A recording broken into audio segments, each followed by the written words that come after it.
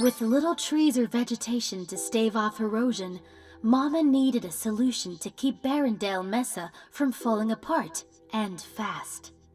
Having no one to rely on but herself, she invented the ring stabilizer to uphold the environmental integrity of the planet.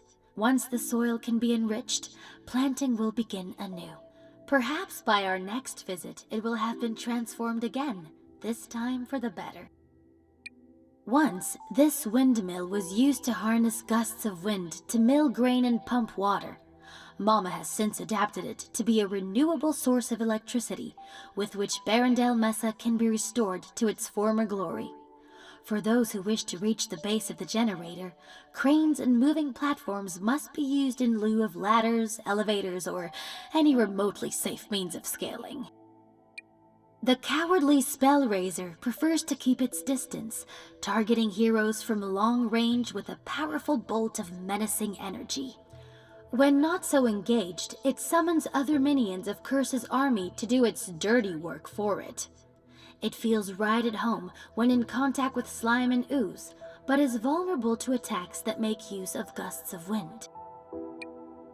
Our visit to barrendale mesa was a critical diversion meant to enlist the help of Mama, warden and master mechanic. The endlessly inventive rabbits there were without direction until her arrival, but she has since served as a mentor and mother figure to them. Barrendale mesa is isolated, cut off from civilization by distance and choice. This necessitates a particular genius for making silk purses out of sow's ears, using repurposed technology and salvaged parts in ways that defy imagination. Like most geniuses, Mama is extremely protective of her workspace. No one is allowed in her garage, lest they disturb the meticulous surroundings within. Barrendale mesa was not always barren. After arriving, the rabbits quickly depleted its natural resources with little thought to the future, transforming this once verdant mesa into a wasteland. Mama has changed the rabbits' attitudes, but changing the landscape will take more time. Yet, the planet is not without charm. Its panoramic views inspire, and its canyons offer much in the way of exploration. Of all Bowser's minions that were usurped by Cursa, Magikoopas are amongst the most troublesome, and it is not difficult to see why. They are powerful magicians who are adept at enhancing and reinforcing their allies on the battlefield, timing their efforts wisely. Cursa has made them immune to all super effects. Amongst all the rabid feline mutations, these are perhaps the ones that cause me the most concern for our heroes. The more they are hurt, the more harm they manage to cause with each successful assault, and they will doggedly pursue any hero who successfully lands a blow, no matter where they are. Being water-based, splash-focused attacks are of little use, but ones incorporating electricity are highly effective. It was on barrendale mesa that we crossed paths with the most vile, corrupt spark hunter of them all, Daphne. She toyed with us like a cat would a mouse, though she is derived from neither. Cursa instead fused rabbit DNA with a rare species of pink climbing rose, those often found in secretive corners of moonlit gardens. She is sneaky and uses her thorns well, not to defend, but to destroy.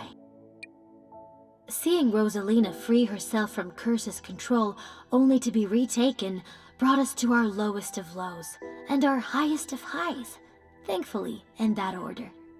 It could have gone so differently, but I wanted, no, needed to feel hope, and so I found my reasons. Mama agreed, and the heroes rallied, and we were united and revitalized. Such a small and tangible thing, hope, yet it is everything. It is a mistake to assume that barrendale mesa is home to only Mama and a few rabbits. Other colorful figures have sought refuge there from more constrictive society, including the artist Gerspard and his most devoted critic, Dada. Gerspard is behind the greatest works of the galaxy, from the frescoes of the Sunrise Temple to the murals of barrendale mesa, always with Dada nearby, quietly judging. It is surprising that our truce with Bowser lasted longer than our first battle together, yet his desire for revenge against Cursa for commandeering his minions has thus far proved stronger than his longing to kidnap Princess Peach or his animosity towards Mario. Bioforms are motivated by a number of factors, not all of which are necessarily virtuous. Stout-hearted, selfless, humble, virtuous, are these enough to describe Mario, by far the most storied hero among us? Would any such plaudits serve? I can only speak for myself when I say that the accolades are well-deserved. Mario's kindness and bravery inspire everyone around him, even myself. As much as anyone or anything, Mario has taught me to feel, and from there, to hope.